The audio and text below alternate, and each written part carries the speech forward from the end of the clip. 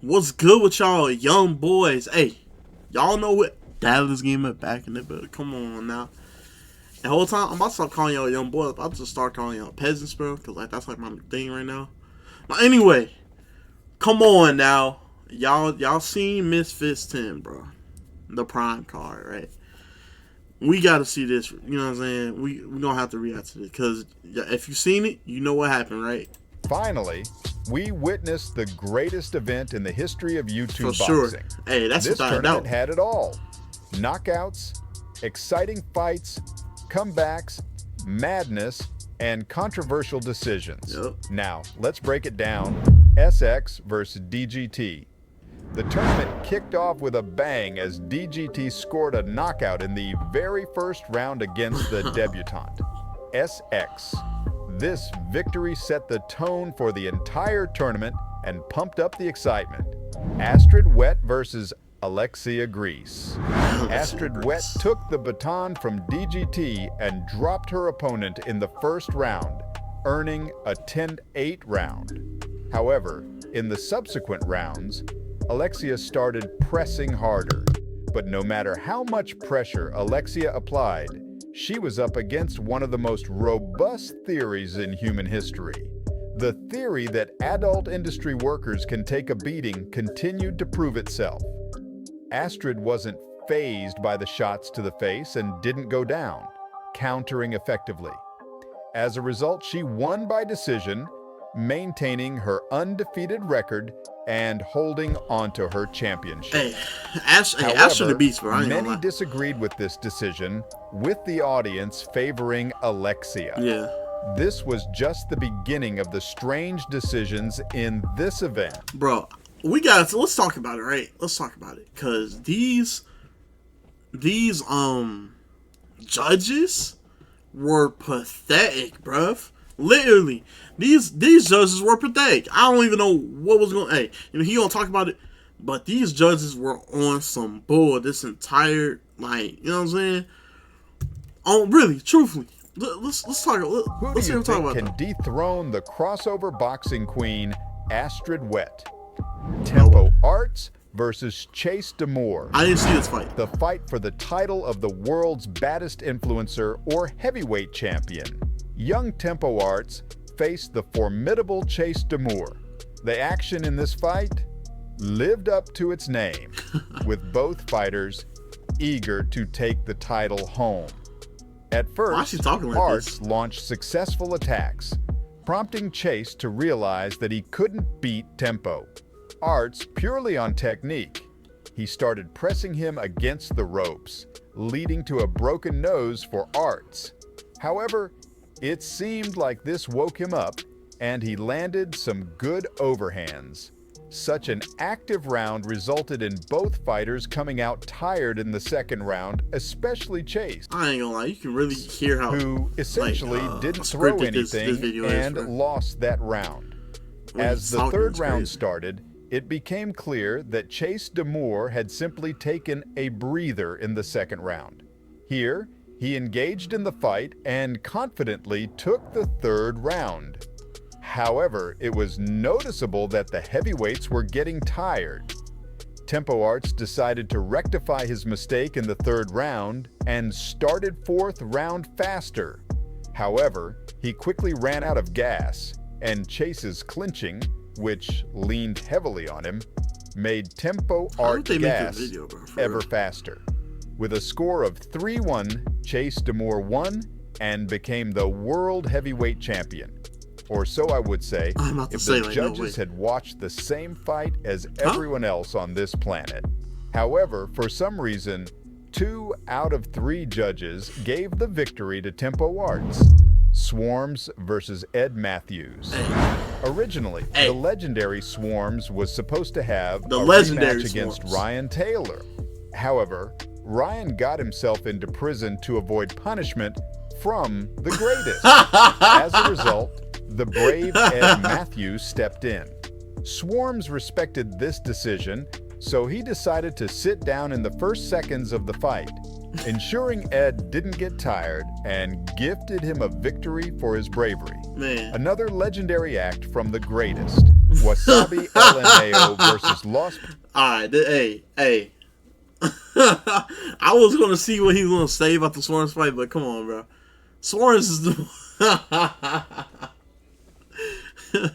don't even You know what, bro? Swarms got it, bro. He got it for Pinedas Coladas. One of the most intriguing matches. Hey, I ain't gonna lie. This tag match was it, bro. I ain't gonna lie. This was, how can I put this? This is what everything in crossover boxing should be. You had everything.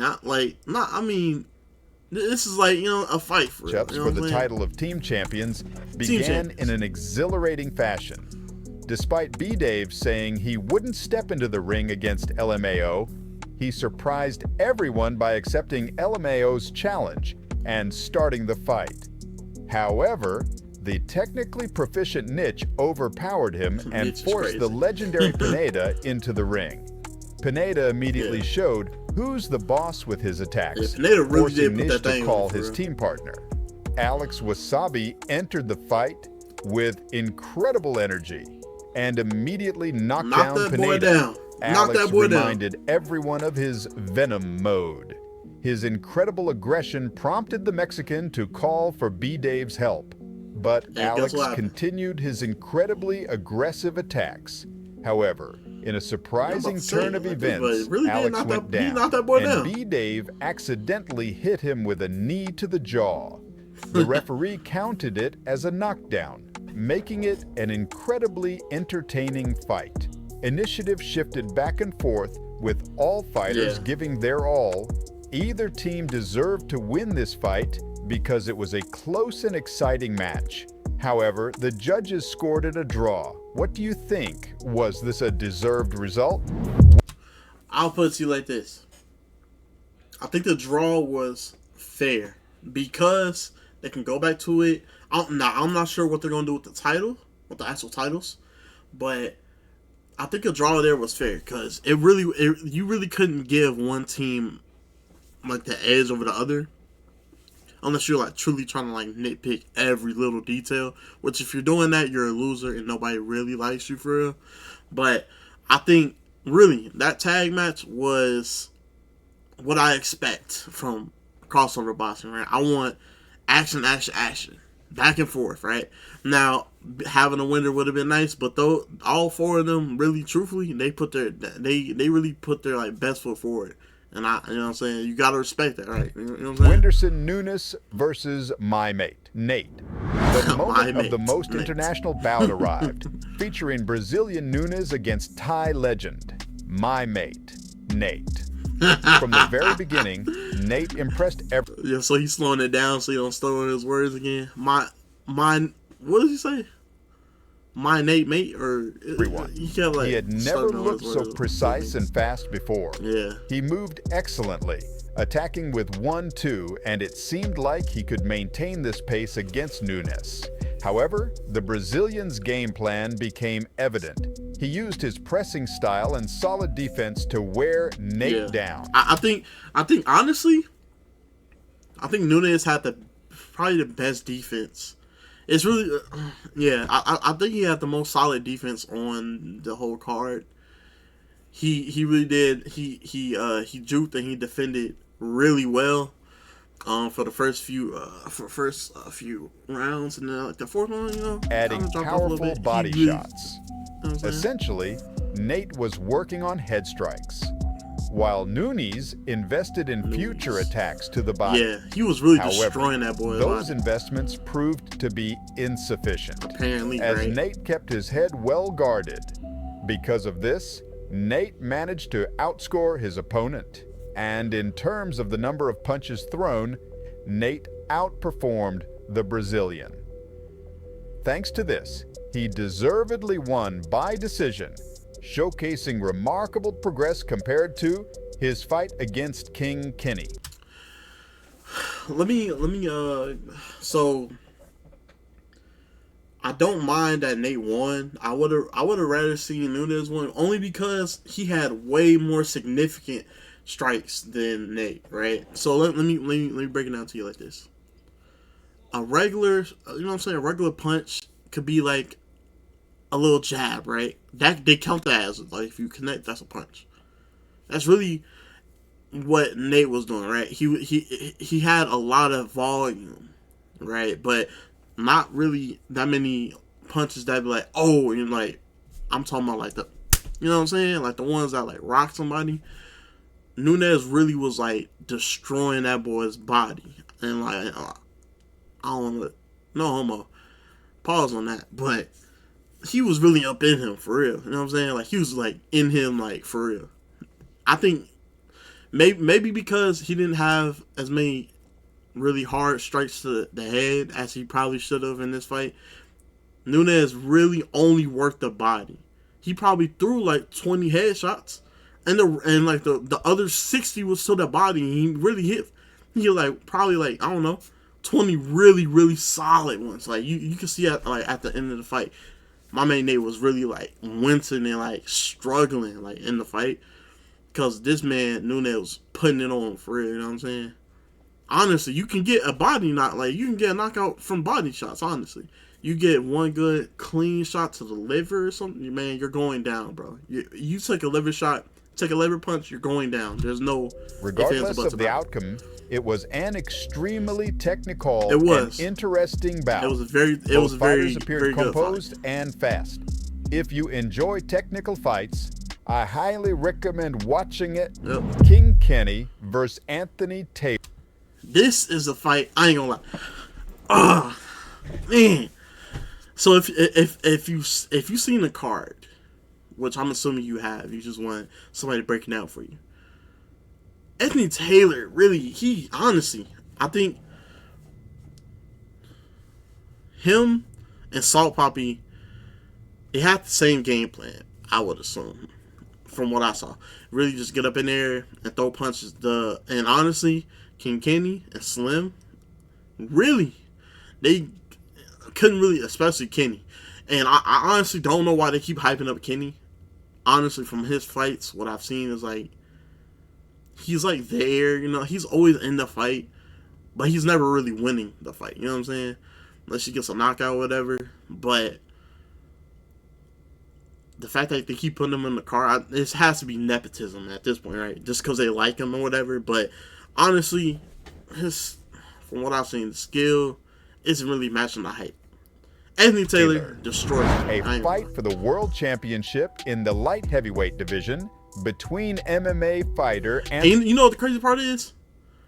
Anthony didn't even have that many like power punches. He just kept raining them down on Kenny, and Kenny just did not know how to react. Honestly, so Anthony Taylor, who defeated all the influences, and King Kenny, who looked invincible after his run on Kingpin. Kenny became much more aggressive. Right. He did have a Kingpin run. But I mean, at the same time, it's like, you know what I'm saying? Like, who you really, I don't know. And it seemed like he could impose his style through the jab. However, there was no use of it, and clinching were too powerful. Yeah, for sure. Kenny seemed visibly frustrated and unsure of what to do. And his coaching staff only added to the chaos. Right? Instead of providing technical advice, they shouted at him to attack, which further confounded Kenny. The solution to Taylor's relentless clinching was simple: using the jab. Using the jab. Oh, honestly, I'm glad the man said that. Just use the jab. Use your jab. Every time he comes in, use your jab. If he gets in, use your uppercut. Simple as that. You have the longer arms, bro, and you have the power over him. Literally. And, bro, I'll put you like this. And he came in, literally. He came in, he threw a few punches, maybe 2 or 3, hit him in the clutch, was hitting him in the clutch, and Kenny was just there. You know what I'm saying?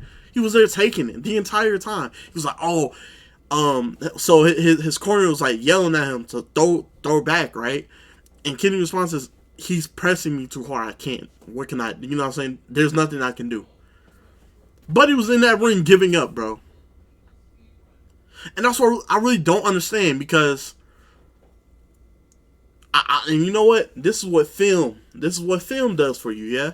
This is why you watch videos on fighters because you get information that you wouldn't otherwise have if you didn't know them. You know what I'm saying? You know what I'm saying? Like, I think Saul Poppy did a good job of holding. Actually, let me not. He had a few. Saul Poppy against Anthony Taylor had a few, honestly, great uppercuts against him. Especially if you're a longer fighter, you should be like, you know what I'm saying? It's uppercuts and jabs the entire time, bro. And that's when Anthony is on the front. You know, that's when he's coming forward. If you have him on his back foot, King Kenny had him on his back foot like 1 or 2 times in this fight, and literally Anthony, he does not know how to fight on the back foot. You push. All you gotta do is push Taylor back. I mean, what can he do, bro? What can Anthony Taylor do? Tell me what he can do. Ukraine, as one of the first combinations we teach is jab on the step in, then step back and a straight. Literally. Over time, add a left hook to the combination. This was exactly what Kenny needed to counter Taylor's constant clinching. That's all you have to do. However, instead of real guidance, Kenny heard only shouts. Because of this, Taylor won with the most aggressive desire to clinch. Nah, that's bogus. I ain't gonna lie. But you know what? Anthony Taylor deserved. I'm glad that he actually has a title. Versus Waleed Sharks. Now listen. I can make a full video on this fight alone. Dean Gray versus Waleed Shark was honestly my favorite. Their first fight of the year for me, bro. I don't think any other fight touched it for the year. Not at all. This second fight, bro, it was like a role reversal. In the first fight, Waleed really had Dean struggling, right? He knocked that boy down 3 times. He was in him, bro, right? And if it would have went to decision, he would have easily wiped the floor with him. But Dean came back and caught him, knocked that boy out, knocked him out cold. That was a beautiful fight. Honestly, I think that's if you want to see what Misfits boxing is all about, bro, Dean versus Waleed 1 is it, bro. That's like the epitome of like greatness. Honestly, both of these fighters are crazy good. 2. I wanna hear what he's gonna say. A rematch of the greatest fight in influencer boxing history. Yes. Waleed Shark's second attempt to challenge for the title. From the very first seconds, it was evident how badly he wanted to become the champion. He delivered precise combinations and powerful strikes. However, something I said on the podcast and in previous predictions occurred. Unfortunately, Waleed crumbles emotionally when he gets knocked down, unlike Dean, who never doubts himself. Never at all. After Sharks went down, doubt was evident in his eyes. He obviously feared taking powerful hits, which made him punch much slower and limited his opportunities to land powerful blows. At the same time, Dean worked very precisely and technically. However, he, too, failed to seize the moment to finish Waleed. Seriously, why is he talking so slow, bro? Like, by the end of the fight, the entire arena was on its feet. This was the kind of bout that can easily be called professional. In the 5th round, Shark summoned the last of his strength to attempt to knock Dean out. He managed to rock him, but couldn't put the champion down. As a result, Dean rightfully defended his title. What do you think? Is it worth organizing a 3rd fight? I don't think they need a 3rd fight. I think Dean really showed that it wasn't a fluke the way he won the first time. Right? And that if you're a Waleed fan, that's what you would have said, right? Oh, he really it was just a fluke, right? It was just a fluke punch that knocked him out. Sure, you could have said that the first fight, but the second fight, Dean was in him, bro. Now, my homie right here didn't go in detail and really what happened, but I'll because I was watching this fight and I was mesmerized, bro. I was like, this is what I was, you know what I'm saying? Because first of all, if I would have bet, all my money would have been on Dean. And he did not disappoint, honestly, bro. I'll put it to you like this, man. The first round, Wally, I mean, other than like he got hit and then he tapped his glove on the ground. That's a knockdown. That's counted as a knockdown. So I'm not gonna take that away from him. But he was he had combinations. He had clean combinations, and although Dean was countering him back, he was really throwing. He was throwing for real. You know what I'm saying? He was there. That was the first one. The first round, I would have gave it to Wally. Second through freaking 2 through 4, Dean was destroyed. I think he knocked him out 2 or 3 times. I think he knocked him out twice in the second, and then 1 time in the third. And I'll put it to you like this, man. He was like really like destroying that boy. It was not close, man. Dean was really showing him why he's like the champ, bro. The 5th round, Dean was chilling because he knew he won. But while he came back, and honestly, if he would have got a knockout there, that probably would have been because that was the same thing, right? Wally knocked down Dean 3 times. Dean came back and got a knockout in the last round. If that would have happened here, I would have had to assume it was scripted, bro. Because I mean, that would have worked out so perfectly. Wally he had a burst of strength, but it just wasn't enough, bro.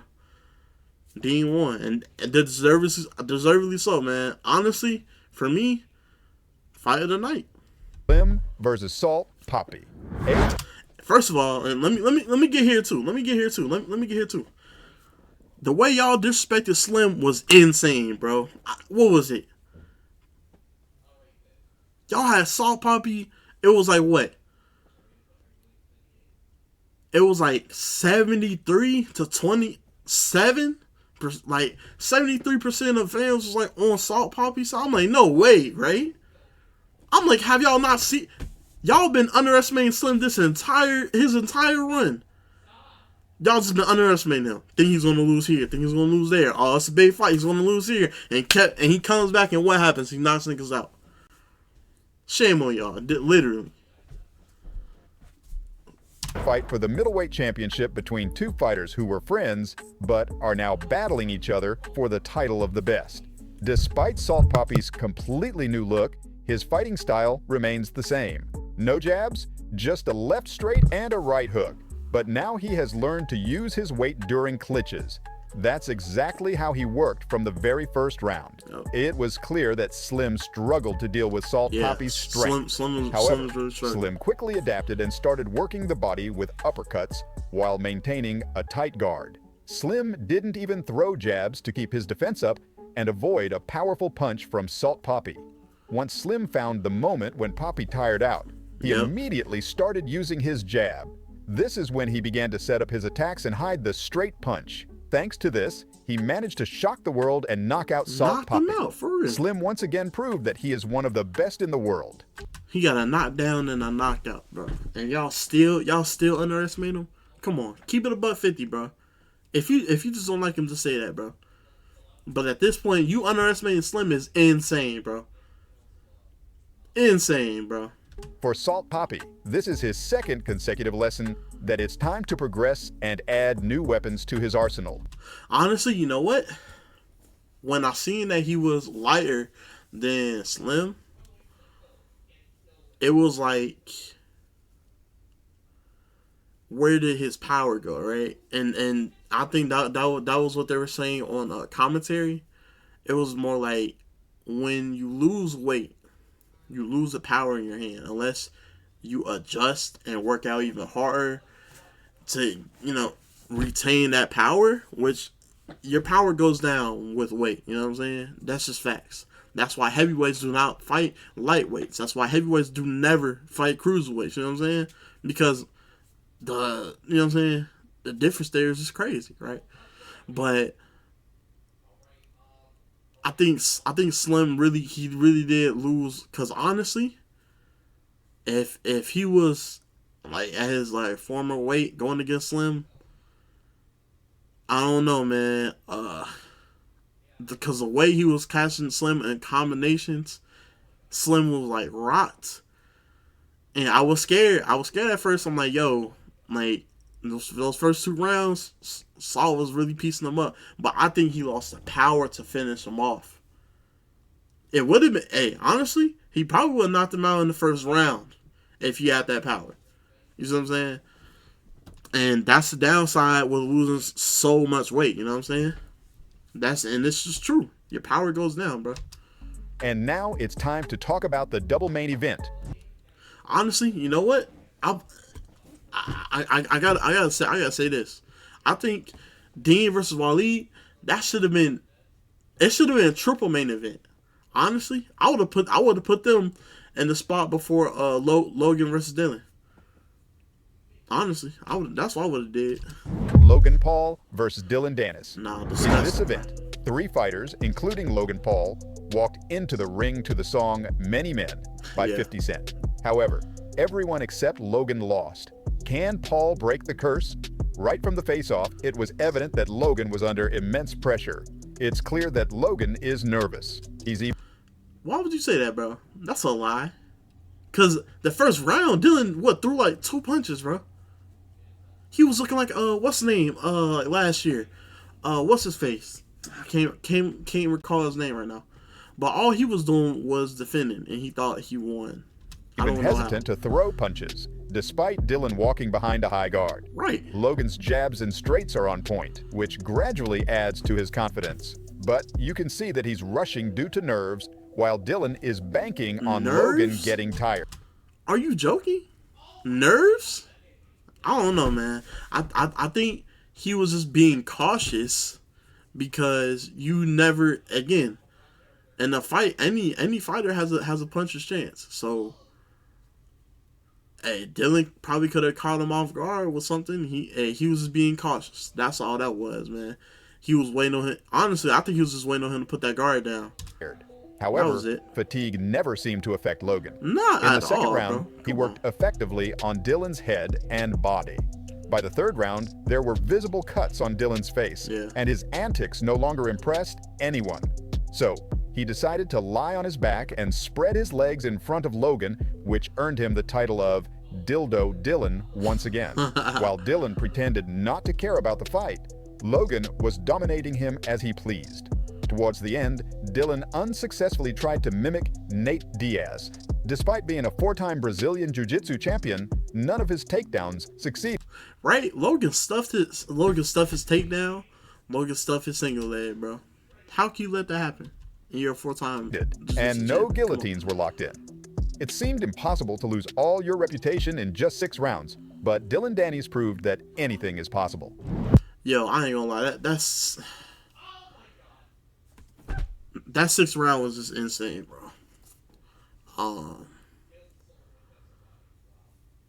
I think, and all respect, because you got in the ring, but it was just like, he was just there for show. It was, I mean, honestly, it was pathetic. It was really a pathetic sight to see. I ain't gonna lie. It was, I did not enjoy that one bit. KSI versus Tommy Fury. It's time for the main event of the evening. Let's talk about it, bro. 2 undefeated fighters face off. Classic boxer Tommy Fury and YouTuber boxer KSI. They not only differ in their backgrounds, but also in their fighting styles, which immediately shows how... Yo, do you see this kid in the freaking spotlight? Him right here? Bro, that's all I was paying. It was like, I'm trying to watch the fight, but this little kid in the light was just like taking up my attention. I'm like, can you just relax, bro? Tommy struggled. He was in the light the entire fight, bro. He hasn't fought anyone with a karate stance like KSI's. This allowed JJ to easily close the distance and land his right overhead. He also denied Fury movement with his clinches. However, at first, he just maintained the clinch, but soon he began adding powerful strikes. These strikes bothered Tommy, and he began striking back. This eventually led to the referee deducting a point for punches to the back of the head. In the first 3 rounds... Listen to what he said. They deducted a point, bro. They deducted a point. Which means if this fight is because it was an even fight.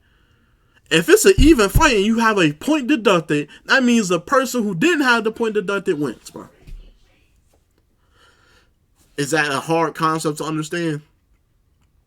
So how in the world did KSI not win, right?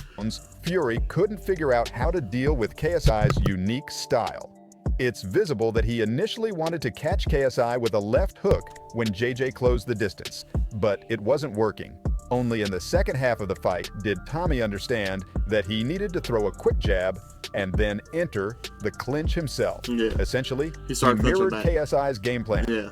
Thanks to this, he won the 4th and 5th rounds. However, in the final round, KSI came in charged up. It was clear that he was tired, but he was working much more actively than in the 4th and 5th rounds. I wouldn't call him tired. He was just like getting in the groove of the fight. Cause you gotta realize KSI's like tank is crazy. He can go 12 rounds. I wouldn't say in his karate stance. Probably in his karate stance. If it was a 12-round fight and they're going to the 7th, he'd probably go into like his boxing stance at that point, right? First half would have been karate, second half would have been boxing. But there's no way he's tired, quote unquote. He's just like now it's just like he's in the groove now. You know what I'm saying? Now he's settling down, he's understanding what's going on, and he is now starting to box more instead of like trying to come in like Michael Venom Page, right? And I think they did mention this on commentary, but MVP really has, I think, like the best karate style in MMA. I could be wrong, but the way he effectively uses that stance is like crazy. And what I was seeing from JJ was the same. It was like he came in, he'd throw a quick jab and straight, left, right, and then he'd clinch. Do work in the clinch until the ref comes and breaks it up. When Tommy came, sorry about the freaking airplane, but when Tommy came and, you know what I'm saying, he was battling back. That, you know what I'm saying, like the 4th and 5th rounds, again, what's his, bro? 6th round, I would have gave it to JJ. I would have been okay if you would have gave it to Dylan, or not Dylan, Tommy. But at the same time, he had a point deducted for the rabbit punch. There is no way you let him win this fight at all, ever, bro. How? You're telling me he's just that much better than KSI? KSI has a 5-point round? So you can give Tommy a 6 or a 7? Get out of here, bro. What? Essentially, KSI confidently took the first 3 rounds and deducted 1 point for punches to the back of the head. Exactly. However, 2 out of 3 judges believe that Tommy Fury won the fight. In my opinion, with such a flawed game plan, Tommy earned, at most, a draw. At the very most, bro, it was a draw. However, it was a strange evening with strange judge decisions. If you want detailed breakdowns of each of the fights, like I said, the judges really ruined this card. Honestly, their decisions were at best blind. Like, how are you, like, if you're sitting right there ringside and you're seeing what's happening, you've done this for a few years, I'm assuming, you are appointed by the WBC to even be there. How in the world do you see the fight is like, okay, at most it's even? Now you factor in the point that you have to take off for Tommy, and now who wins? It's KSI, right? The Nightmare wins, right? I would assume. Is that not common sense? Is that not common sense, bro? But you know what, man? Y'all tell me how you feel about it in the comments below, or whatever. Honestly, make your own video. I want to hear everybody's opinions on this, because this is crazy. I wouldn't call it a robbery, because it could have been a draw. But there's no way Tommy wins, right? There's just no way. He did nothing that put him over the edge that far that the point that got deducted, and he was lucky it was just 1 point. He could have got 2 deducted. The point that was deducted, honestly, there's just no way you put him that far ahead of KSI. If that's the case, you mean to telling me that what you give KSI what at best 1 round? No way. There's no way. No way. It's a 6-round fight. At best, KSI wins 4 of them. At worst, he wins 3. But you factor in that point, and now he wins the fight. There's no way you give him. Anyway, I'm out. Peace.